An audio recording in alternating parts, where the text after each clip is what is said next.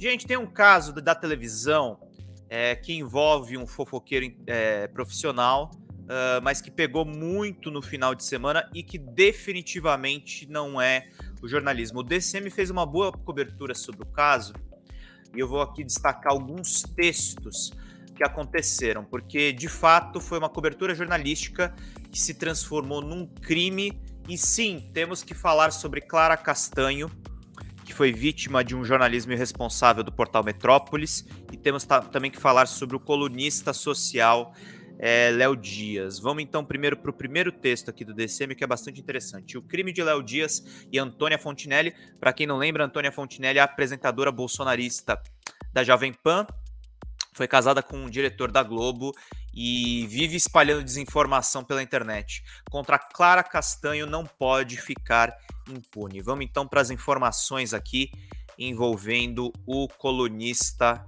de celebridades.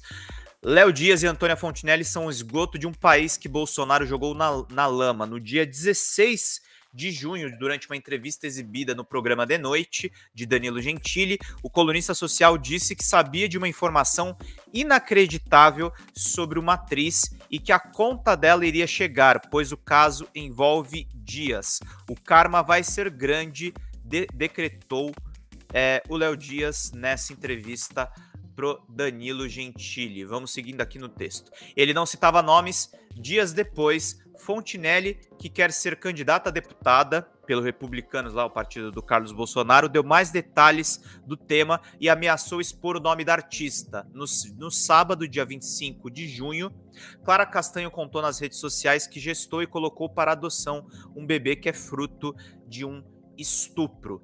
Todo mundo se comoveu com esse depoimento da Clara, tá, gente? Esse caso foi detalhado ontem no Fantástico da TV Globo. A TV Globo, inclusive, que levou o caso como pessoal. Defendeu mesmo a artista, colocou todas as suas celebridades contra o colunista social que queria moralizar um caso de violação aí, no caso. A gente não pode falar muito a palavra a respeito do crime exatamente, mas vamos lá. Ela não citou os nomes dos canalhas, mas contou que 2 profissionais de imprensa procuraram porque sabiam da gravidez dela. A jovem precisou falar a eles que a informação não vazasse. Poucas horas depois de Clara Castanho narrar tudo, Léo Dias escreveu uma reportagem informando, entre aspas, o passo a passo da artista no hospital no dia que o bebê nasceu, com detalhes que deveriam ser privados. Tempos depois, o Metrópolis, portal em que trabalha Dias, apagou a postagem. A diretora executiva do site, foi 2 horas depois, gente, eu estava acompanhando esse caso no Twitter. A diretora executiva do site, Lilian Tarran, se pronunciou no Twitter dizendo que estava sumida da internet quando soube da reportagem e determinou a retirada dela.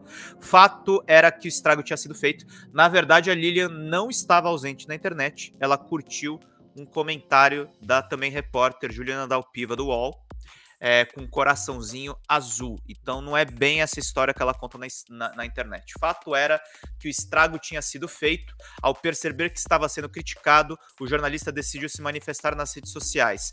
Por vezes, algumas matérias surgem nas redações e nos deixam perplexos. O fato que nos causa é tão grande que nos faz hesitar entre ignorar o assunto ou torná-lo público. Questões dolorosas que nos deixam pensativos, tristes e ao mesmo tempo em que nos fazem pensar que alguns dramas acontecem com frequência e muitas vezes no anonimato, disse ele. A decisão entre tornar público ou deixar em silêncio algumas pautas envolve mais do que a ética ou a fofoca. Nos faz a oportunidade de repensar o sofrimento silenciado por mães, por vítimas de abuso e crianças. Essa história envolvendo Clara Castanho, de 21 anos, que a coluna Léo Dias já sabia há muito tempo, foi uma delas, disse ele. A reportagem foi apagada. E quem disseminou muito essa pauta do Léo Dias, que ele é um jogo de colunista de furos, gente. Eu falei muito no Twitter no final de semana a respeito disso. Precisa haver uma ética a respeito de furo jornalístico. O caso da Clara Castanho é escandaloso, por envolver ela interromper a gravidez de um bebê fruto de uma violação, mas nós vivemos outros tempos hoje em dia, o tempo do feminismo, o tempo em que a mulher é dona do seu próprio corpo. Ela decidiu seguir com a gravidez e colocar a criança em doação, mantendo todo o sigilo do processo e fazendo de uma maneira legal. É essa perversidade que o Léo Dias tem e que esse jornalismo de celebridades tem em si. Isso é uma herança que vem internacional. A gente tem isso desde o sensacionalismo britânico, e a gente herdou isso num país onde se distrai frequentemente. A Fontinelli, que é a apresentadora bolsonarista, ela foi uma das principais provocadoras desse cenário, e a gente vai abordar aqui um pouquinho o lado dela. Bolsonarista de carteirinha, Fontinelli descreveu o perfil de Clara Castanho, relatando quais locais ela trabalhou ao longo da carreira e a idade da jovem. Trata-se de uma atriz da Globo, ela tem 21 anos de idade. Essa menina de 21 anos engravidou, escondeu a gravidez, inclusive trabalhou durante a gravidez, pariu o filho dela. Segundo informações que ele, Léo Dias, tem, pediu que o hospital apagasse a entrada dela no hospital e pediu que nem queria ver o filho, comentou ela em uma live feita na última sexta. É esse conservadorismo, gente, que na semana passada a gente estava falando naquela reportagem do Intercept. É o tradicional conservadorismo bolsonarista, que condena a questão da interrupção da gravidez, e não tá nem aí para a saúde da própria mulher ou para as condições se aquela mulher pode criar criança ou não. É um tema realmente polêmico, é um tema controverso e que isso gerou uma repercussão muito negativa para o Metrópolis. O Metrópolis, brincando, perdeu 10 mil seguidores no Twitter, está tendo um movimento com mais de 100 mil menções, falando de Léo Dias, falando de Antônia Fontinelli, pedindo para bloquear o perfil do jornal. O Metrópolis é um jornal de Brasília, ligado a um político que inclusive foi condenado por corrupção, o Luiz Estevão, e justamente ele é um site que já tem uma origem controversa, mas tem uma equipe de jornalistas muito grande que está muito antenado em cima das questões de Brasília,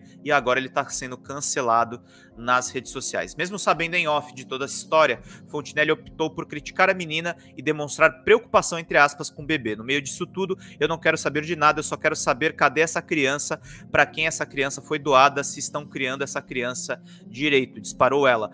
Com toda a descrição, não ficou nem um pouco difícil para os internautas descobrirem de quem se tratava.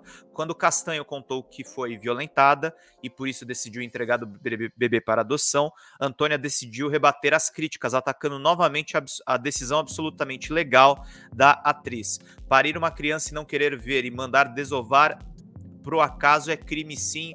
O nome disso é abandono de incapaz, ainda mais quando se tem uma situação financeira muito boa, crime em dobro, opinou ela. Como eu sei que futuramente ninguém vai vir aqui me pedir desculpas pelos ataques, desativei os comentários dos donos da razão. Escrevam nas paredes de vocês, aqui não.